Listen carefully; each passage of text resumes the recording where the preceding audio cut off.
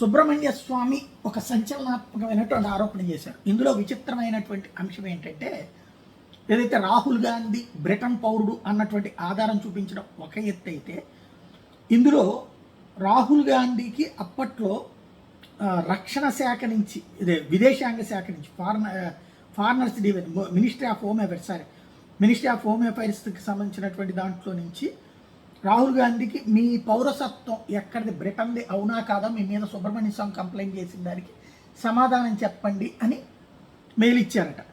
వెంటనే ఆ తర్వాత రాజ్నాథ్ సింగ్ రక్షణ శాఖ ఆధ్వర్యంలో ఉన్నటువంటి విదేశీ వ్యవహారాల శాఖని తప్పించేసి అమిత్ షా చేతికి అప్పచెప్పారు. ఇదంతా అంటే మోడీ భయపడుతున్నాడు, లేదా మోడీ రాహుల్ గాంధీ కలిసిపోయారు, ఒకళ్ళనొకడు కాపాడుకుంటున్నారు అన్నటువంటి సంకేతం ఇస్తున్నారు.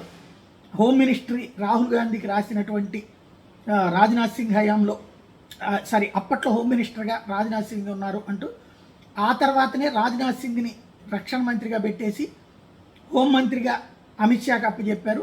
హోంమంత్రిగా అమిత్ షా వచ్చినప్పటి నుంచి ఇది అడుగు ముందుకు పడట్లేదు అన్నటువంటి పాయింట్ని తాజాగా ప్రొజెక్ట్ చేయడం అన్నది సంచలనాత్మక అంశమైంది.